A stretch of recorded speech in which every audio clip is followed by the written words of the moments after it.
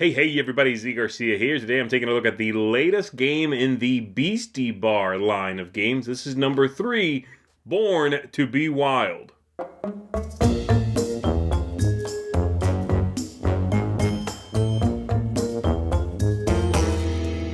In this game, each player is going to have their own deck of animals, the same as everyone else's deck. You're going to shuffle that up, and you are going to be playing cards in order to try to get your animals to queue up to get into Beasty Bar, and all the ones you get in there are going to score for you. Hopefully you have the highest score and you'll be able to win the whole thing.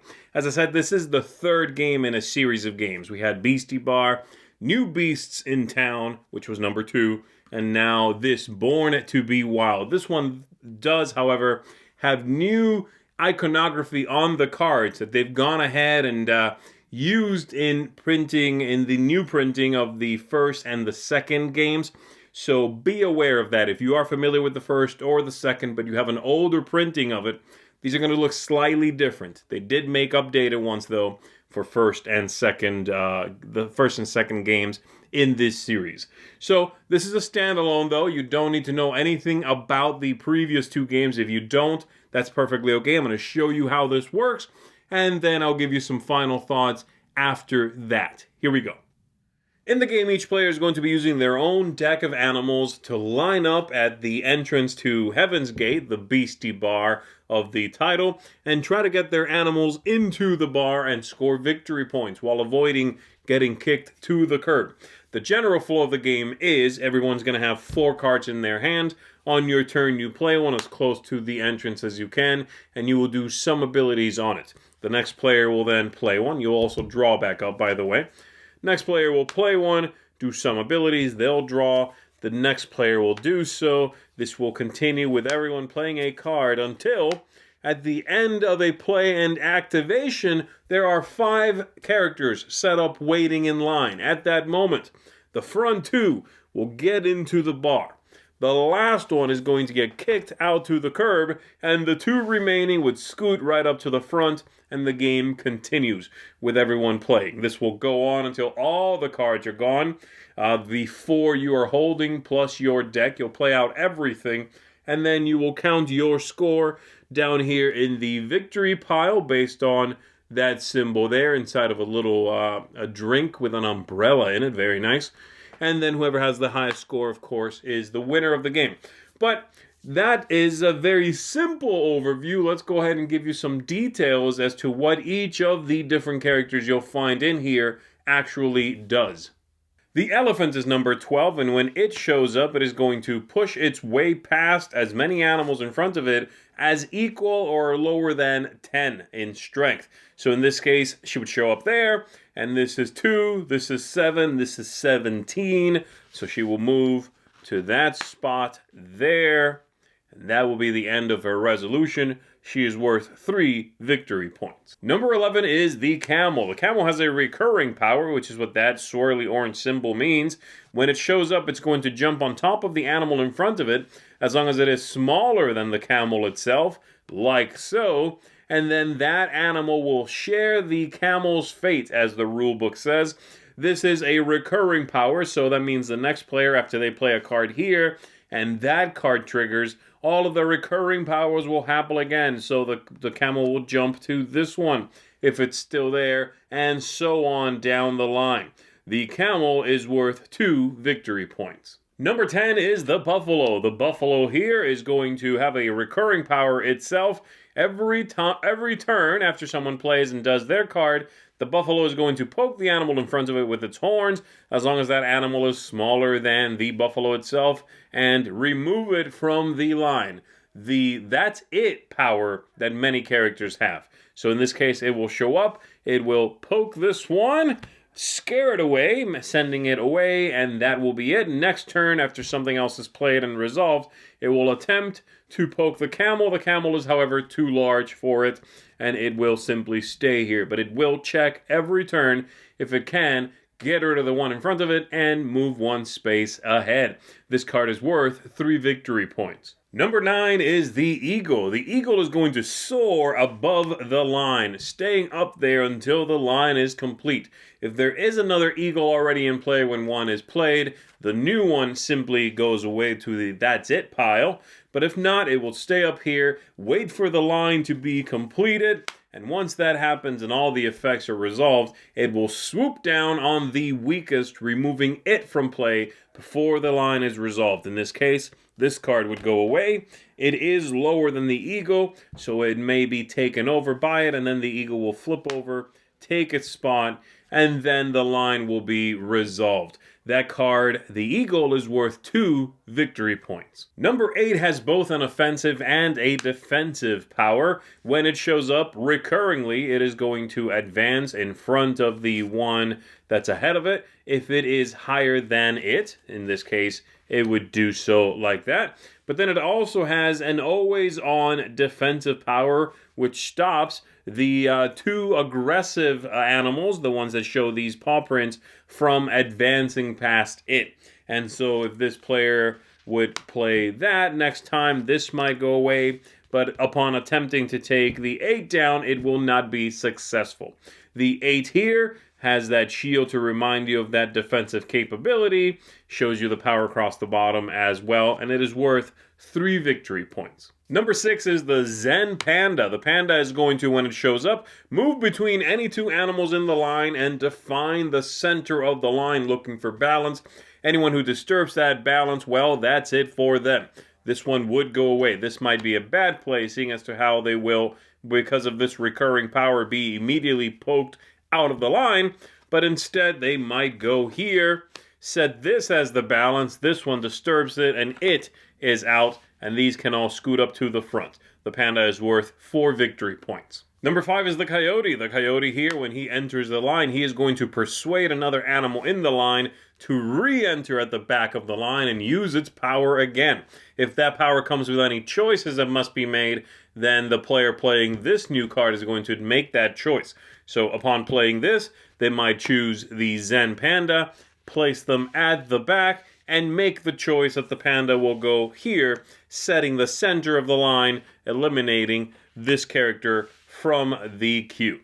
This one is going to be worth 4 victory points. Number 4 is the Weasel. The Weasel is worth 3 victory points, and upon showing up, he's going to sneak past larger animals, all of them, so he would sneak past the panda, sneak past the elephant, but not past the Tasmanian Devil, and that would be the end of his activation. Number 3 is the Gazelle, worth 2 victory points. She has a recurring power that lets her sneak past 1 card in front of her every round, no matter the value of that card, and a secondary ability which says if it would ever be sent to the That's It pile by a big bruiser with that paw print, instead it runs into the club itself and will score.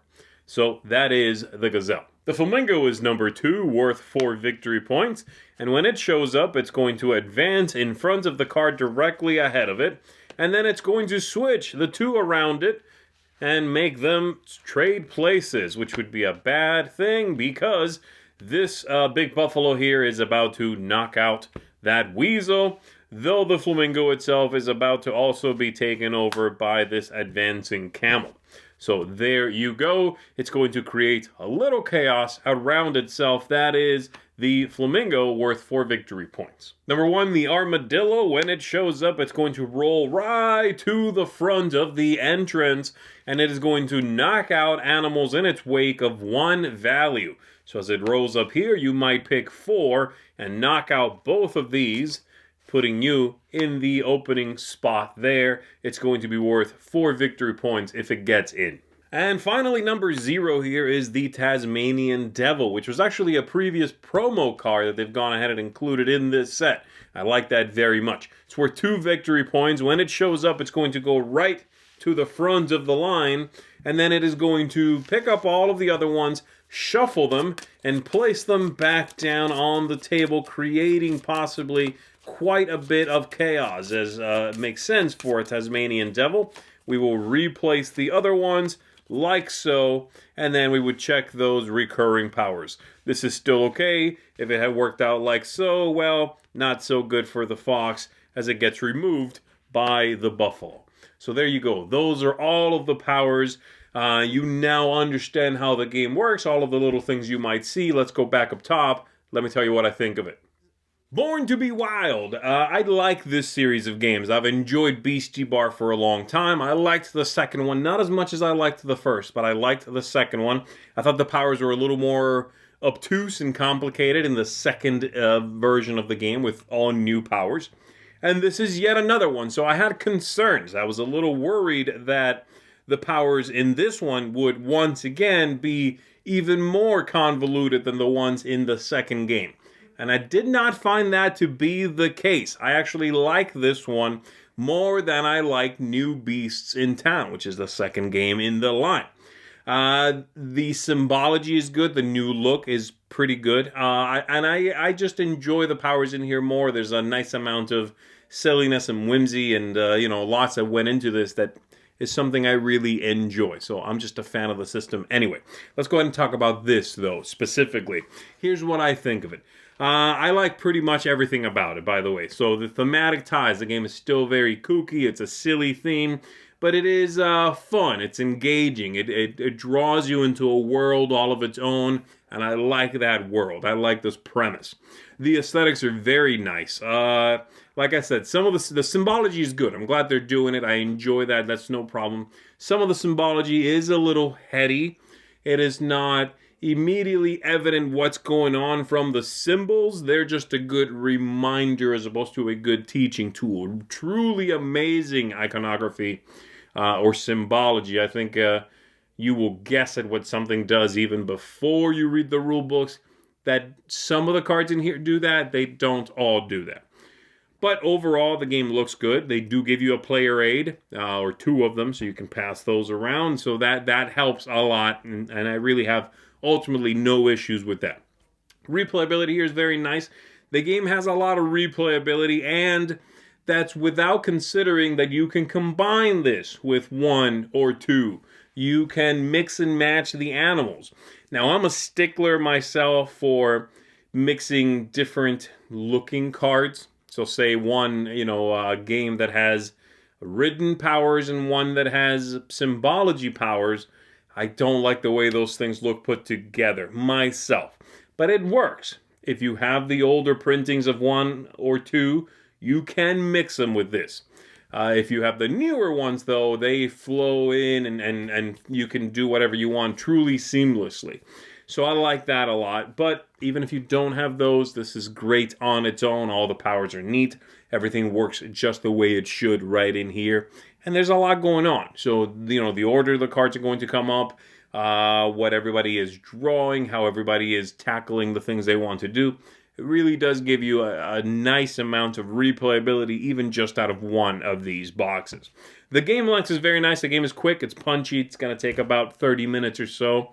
It's got a lot going on for how short the game is, or at least it's going to, make you consider this or that for how short the game is. The ease of play, once you learn the powers, once you've internalized what's going on, then yes, it's easy. I'm already familiar with the previous game, so I knew what I was getting into here.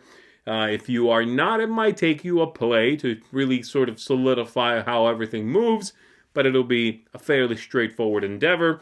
And then lastly, tactics and strategy and luck. Yes, there's a little luck, like most card games. And there's a little chaos, especially some of those powers that truly shake up the game. But I find the gameplay to be highly tactical. It's all about reacting to what's going on, what just happened, what the player before you did. How do I mess up everyone's plans while putting myself in a commanding spot? And there's a lot of different ways you can do that based on not just the 4 cards you're holding, but what is out there. What can I get away with? How can I manipulate this to kick everybody else out and put myself somewhere where I can either get into the club right now or at least be in one of the 2 spots that's going to stay in the lineup for next push into the club. Really like that. So there you go. Born to be Wild is another successful game in the Beasty Bar line, and like I said, I like it even more than I liked the second one. So it's the first one, which is great. It was the first one also. There's that little bias there. But this is fantastic. And if you really, if you own either one of the other two or both and you like them, I certainly recommend this. If you've never played these games, certainly pick up one of these. This would be a great one to jump into. It's a little newer, might be easier to find, and I think you're going to enjoy it. It's a good one. So here is my bottom line for this. An excellent, funny, and tactical game on its own, made even better when combined with the games that came before it. This is going to get an 8 out of 10 from me, which is a strong seal of approval. Really like Beasty Bar. Haven't played, you definitely should check it out. There you go. That's it. That's Born to be Wild. I am Z Garcia. I'll see you on the next one. Thanks so much for watching another Dice Tower video. If you enjoy our videos, subscribe to the channel for more fun, comprehensive board game coverage. Also, consider joining us at one of our events. Come to Dice Tower Retreat, a small, intimate gathering where gaming is king. Join us for Dice Tower Cruise, the largest board game cruise. Attend Dice Tower West in Las Vegas for gaming fun on the West Coast, or Dice Tower East in Orlando in sunny Florida. Dice Tower Conventions, the friendliest gaming conventions on Earth. I'm Eric Summerer, and you've been watching The Dice Tower.